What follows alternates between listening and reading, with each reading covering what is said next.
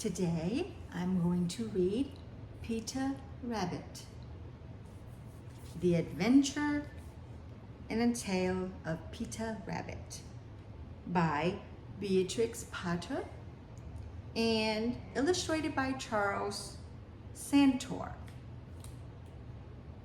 This is one of my favorite childhood stories as well. I have many favorite, but this is one of them. Let's begin.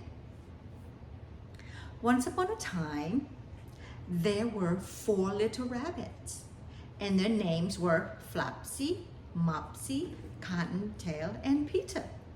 They lived with their mother in a sand bank underneath the root of a very big fir tree. "Now, my dears," said old Mrs. Rabbit one morning, "you may go into the fields or down the lane, but don't go into Mr. McGregor's garden. Your father had an accident there, and he was put in a pie by Mrs. McGregor. Now run along and don't get into mischief. I am going out." Then old Mrs. Rabbit took a basket and her umbrella and went through the wood to the baker's. She bought a loaf of brown bread and 5 currant buns. Flopsy, Mopsy, and Cottontail, who were good little bunnies, went down the lane to gather blackberries. But Peter, who was very naughty, ran straight away to Mr. McGregor's garden and squeezed under the gate. First, he ate some lettuces and some French beans, and then he ate some radishes. And then, feeling rather sick, he went to look for some parsley. But round the end of a cucumber frame, whom should he meet but Mr. McGregor? Mr. McGregor was on his hands and knees planting out young cabbages, but he jumped up and ran after Peter, waving a rake and calling out, "Stop, thief!" Peter was most dreadfully frightened. He rushed all over the garden, for he had forgotten the way back to the gate. He lost one of his shoes among the cabbages and the other shoe amongst the potatoes. Oh, goodness, Peter! After losing them, he ran on 4 legs and went faster, so that I think he might have got away altogether if he had not unfortunately run into a gooseberry net and got caught by the large buttons on his jacket.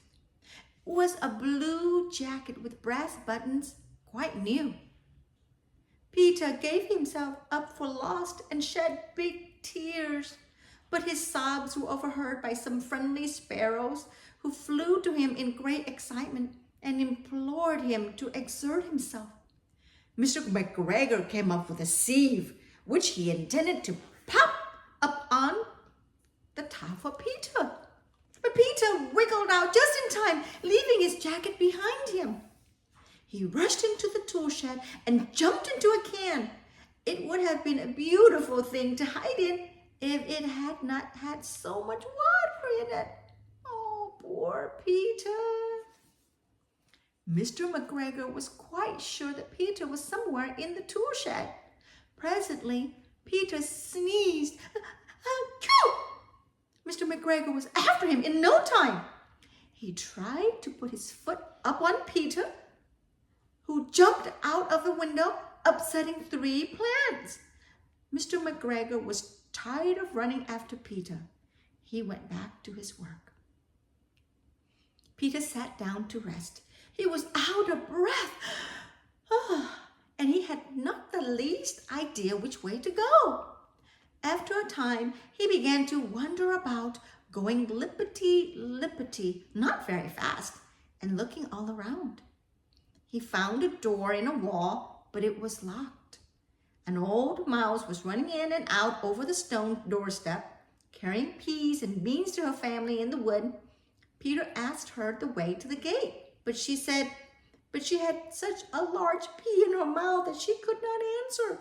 She only shook her head at him.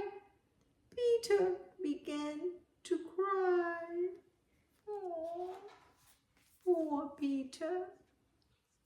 Then he tried to find his way straight across the garden, but he became more and more puzzled.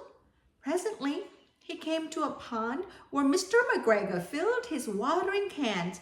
A white cat was staring at some goldfish.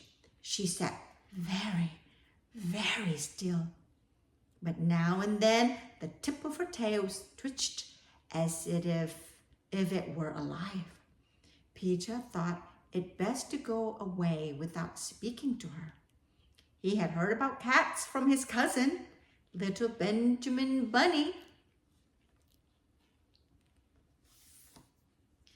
He went back towards the tool shed, but suddenly, quite close to him, he heard the noise of a hoe. Scratch, scratch, scratch, scratch.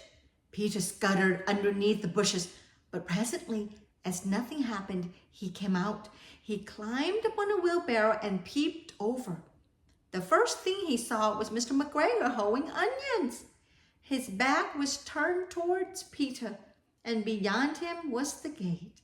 Peter got down very quietly off the wheelbarrow and started running as fast as he could go, along a straight walk behind some blackcurrant bushes.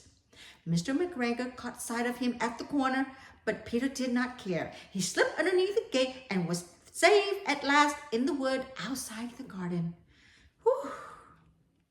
Mr. McGregor hung up the little jacket and the shoes for a scarecrow to frighten the blackbirds.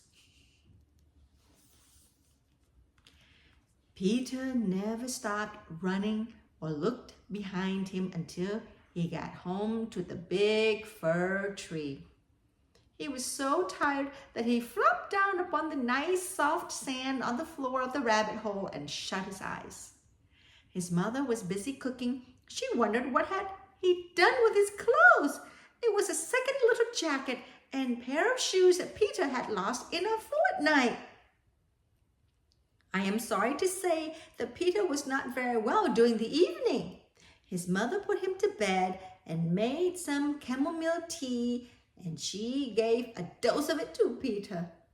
1 tablespoonful to be taken at bedtime. But Flopsy, Mopsy, and Cottontail had bread and milk and blackberries for supper. The end.